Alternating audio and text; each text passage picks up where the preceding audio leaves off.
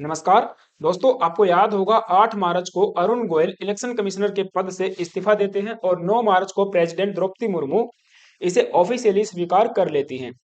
इनके रेजिग्नेशन से काफी बवाल हुआ क्योंकि बिना किसी वैलिड रीजन के इन्होंने इस्तीफा दिया। लोगों ने कयास लगाया कि हो सकता है कहीं ना कहीं सरकार की तरफ से प्रेशर बन रहा हो। लेकिन जो भी है, इनके रेजिग्नेशन से इलेक्शन कमिश्नर की दूसरी पोस्ट भी खाली हो जाती है क्योंकि इनसे पहले फरवरी महीने में अनूप चंद्र पांडे रिटायर हो जाते हैं। तो ऐसे में इलेक्शन कमीशन की फंक्शनिंग पे सवाल खड़े होना लाजमी था और लोकसभा इलेक्शन भी होने वाले हैं। तो इस पूरे सिनेरियो को देखते हुए केंद्र सरकार ने 14 मार्च को इन रियुक्तियों को भरने का काम किया। Gyanesh Kumar and Sukhbir Singh Sandhu named new election commissioner. यहाँ पे ज्ञानेश कुमार और ये हैं सुखबीर सिंह संधू। ये हैं राजीव कुमार जो कि वर्तमान में हमारे चीफ इलेक्शन कमिश्नर हैं। मैं आपको बता दूं, वर्तमान में इलेक्शन कमीशन एक 3 टियर बॉडी है जिसमें एक मुख्य चुनाव आयुक्त और 2 अन्य चुनाव आयुक्त होते हैं। हालांकि तीनों की शक्तियां बराबर होती हैं और इसके बारे में हम आगे भी डिटेल में बात करेंगे।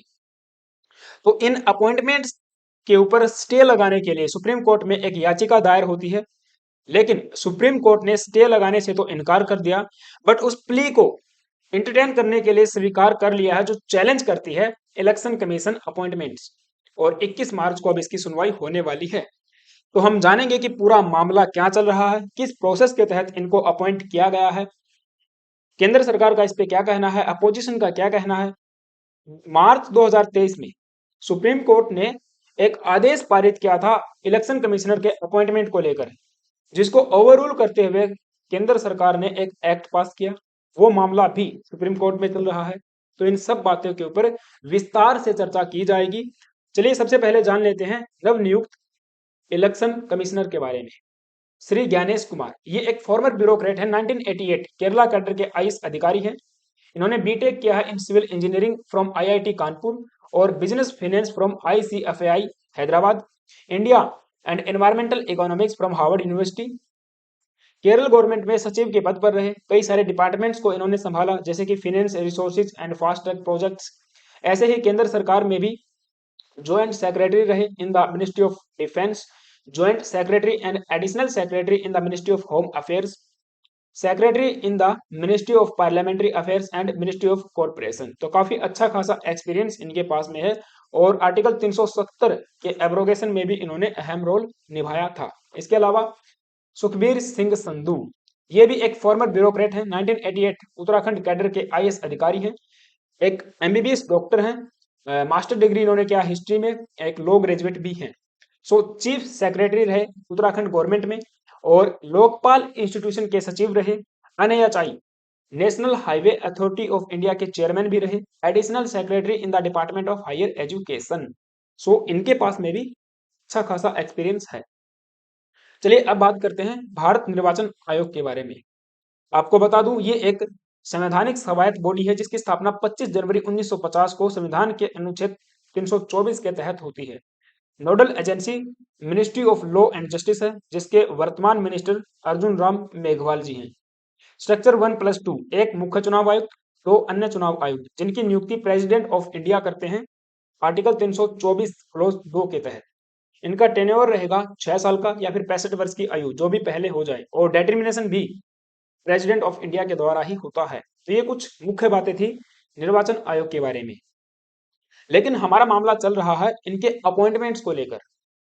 देखिए, समय समय पर केंद्र सरकार कई सारे एक्ट्स भी इस रिगार्डिंग लेके आई है और संविधान का अनुच्छेद 324 से 329 भी इलेक्शन कमीशन ऑफ इंडिया के बारे में प्रावधान करता है। लेकिन कहीं पर भी अपॉइंटमेंट का प्रोसेस मेंशन नहीं किया गया है।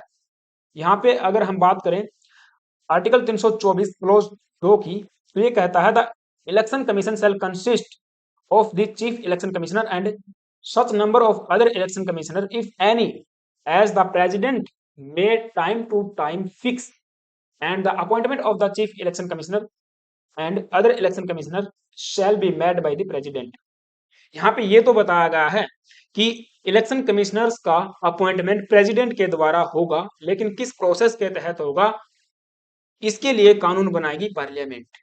लेकिन पार्लियामेंट ने अब तक इसके ऊपर कोई खास कानून नहीं बनाया था। अब जाके 2023 में सरकार एक एक्ट लेके आती है, the chief election commissioner and other election commissioner appointment, condition of service, term of office act 2023। तो यहाँ पे मेंशन किया गया है अपॉइंटमेंट के बारे में। सो इसको लेकर भी काफी बवाल है, आगे जरूर बात करेंगे इसके बारे में। लेकिन यहाँ पे एक इंपॉर्टेंट चीज ये भी है कि जब इलेक्शन कमीशन इंसेप्शन हुआ तो उस समय पे ये एक सिंगल मेंबर बॉडी हुआ करती थी। अब यहाँ पे साफ साफ लिखा हुआ है कि जैसे प्रेसिडेंट को लगे कि अब जरूरत है नए इलेक्शन कमीशन को भर्ती करना, उनको अपॉइंट करना, तो प्रेसिडेंट कर सकते हैं। तो 1989 में सरकार एक एक्ट लेके आती है, इलेक्शन कमिश्नर अमेंडमेंट एक्ट 1989, जिसके तहत इसे एक मल्टी मेंबर बॉडी बनाया गया। क्योंकि इससे पहले मैंने बताया एक सिंगल मेंबर बॉडी थी, एक ही चीफ इलेक्शन कमिश्नर हुआ करते थे। और 16 अक्टूबर 1989 को इसे मल्टी मेंबर बॉडी बनाया गया, लेकिन ये अधिक समय तक नहीं चला। 1 जनवरी 1990 को ही इसे फिर से एक सिंगल मेंबर बॉडी बना दिया जाता है वीपी सिंह की गवर्नमेंट के द्वारा।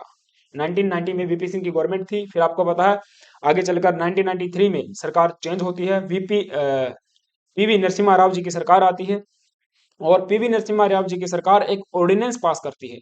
इस ऑर्डिनेंस का नाम है chief election commissioner and other election commissioner condition of service amendment ordinance 1993, जिसके तहत इसको फिर से एक मल्टी मेंबर बॉडी बना दिया जाता है। और वर्तमान में हम देखते हैं यही स्ट्रक्चर है 1+2 का, राइट। तो ये ऑर्डिनेंस लागू होता है 1 अक्टूबर 1993 से।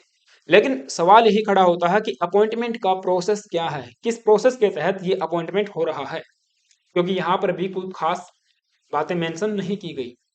तो देखिए, जब से ये इंसेप्शन हुआ है इलेक्शन कमीशन, तब से एक रीति चली आ रही है कि प्रेसिडेंट इनको अपॉइंट करेंगे on the advice of union council of ministers, जिसको हेड किया जाएगा प्राइम मिनिस्टर ऑफ इंडिया के द्वारा।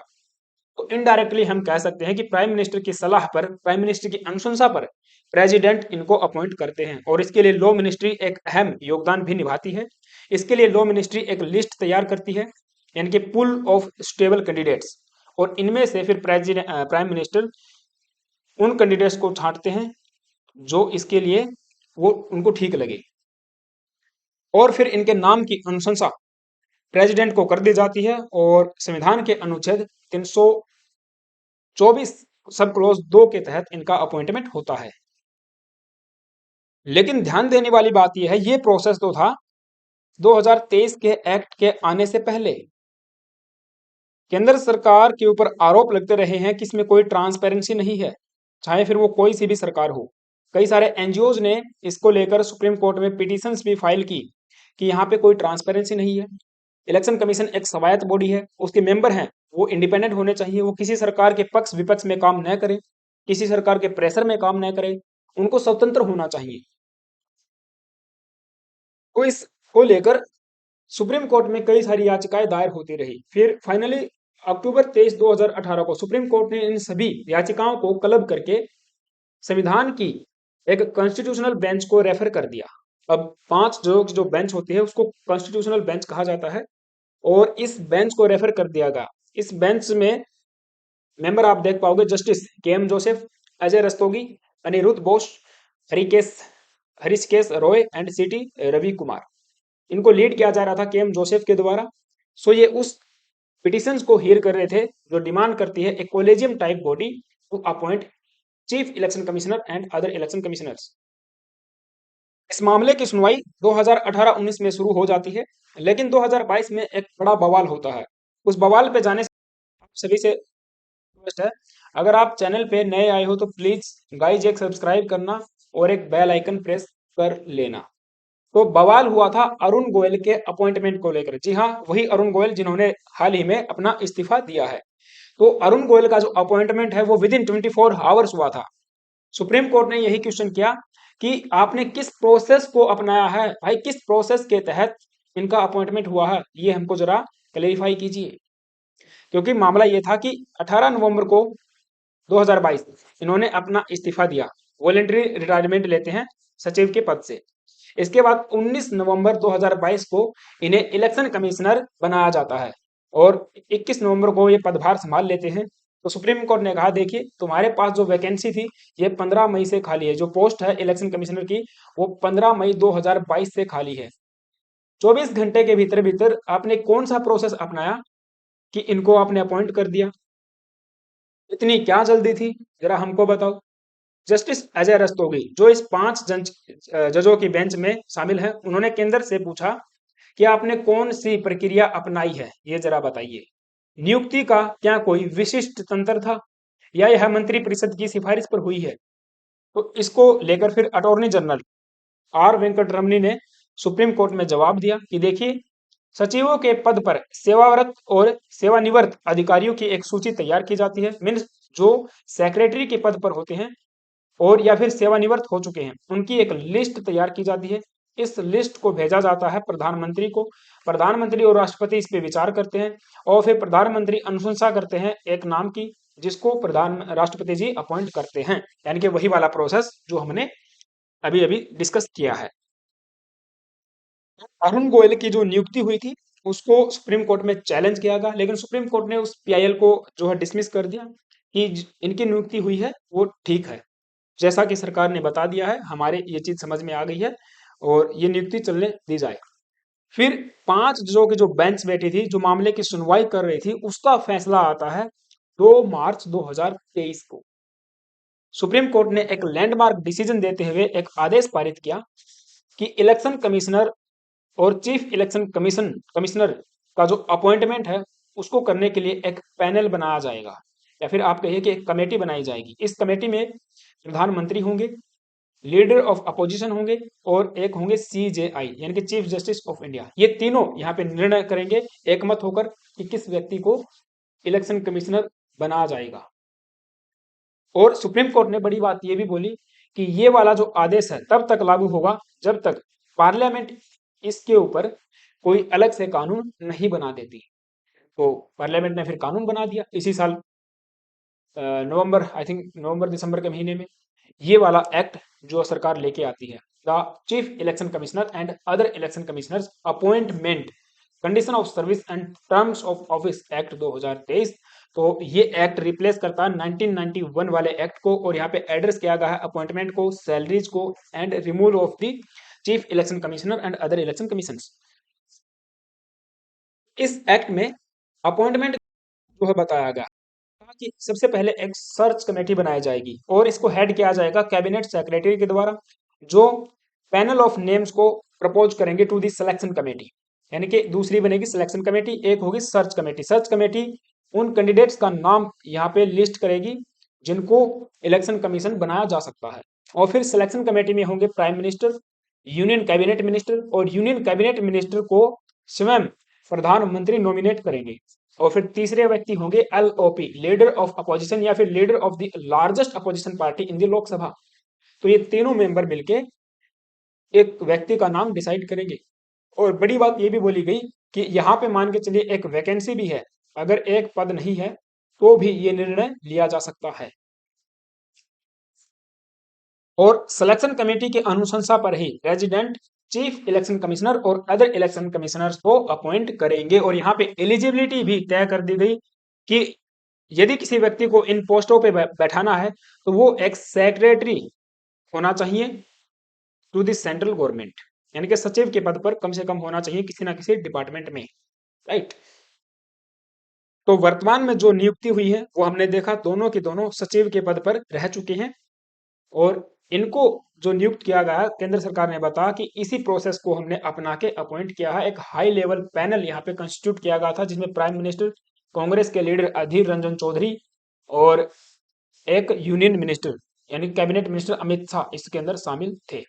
लेकिन अधीर रंजन चौधरी यानी कि अपोजिशन का ये आरोप है कि देखिए जो लिस्ट हमारे सामने आई है वो मीटिंग से केवल 10 मिनट पहले आई है और 200 व्यक्तियों की लिस्ट में से 2 व्यक्तियों का नाम को शॉर्टलिस्ट करना हमारे बस की बात नहीं है। यही आरोप है कि हमें इसमें कोई ट्रांसपेरेंसी नहीं है। कैसे उन्होंने लिस्ट तैयार की इसके ऊपर कोई क्लेरिफिकेशन हमें हमको नहीं दिया गया है। तो इसको लेकर अपोजिशन और कुछ एनजीओ जैसे कि ADR, association for democratic reforms, ये चले जाते हैं सुप्रीम कोर्ट में। सुप्रीम कोर्ट में चैलेंज करते हैं इन अपॉइंटमेंट्स को तो सुप्रीम कोर्ट ने कहा कि 21 मार्च को हम सुनवाई करेंगे, देखते हैं क्या हो सकता है, राइट। और जो एक्ट सरकार लेके आई थी वो उसकी सुनवाई होगी अप्रैल के महीने में, ठीक है। यहाँ पे आप देखिए, appointment of ECs and EC, supreme court refuses to stay new laws, issue notice for hearing in April. तो इस एक्ट को भी स्टे लगाने के लिए याचिका दायर की गई थी, लेकिन स्टे लगाने के लिए सुप्रीम कोर्ट ने इनकार कर दिया और अप्रैल के अंदर सुनवाई करने की बात कही है जस्टिस संजीव खन्ना और जस्टिस दीपांकर दत्ता ने। तो ये मामला चल रहा था। आई होप कि आपको चीजें समझ में आई होंगी। तो नई नियुक्तियों के बारे में मैंने बताया, इसी प्रोसेस के तहत हुई है, नया एक्ट हमारे पास आ चुका है। आपका क्या ओपिनियन है इस पूरे मुद्दे के ऊपर कि सरकार ने सही किया है या नहीं किया है? मुझे कमेंट बॉक्स में आप ओपनली बता सकते हो। दूसरी बात, अगर आप चैनल पे नए आए हो तो एक सब्सक्राइब जरूर करना और हाँ, बेल आइकन को प्रेस करके जरूर जाना। Thank you, have a nice day.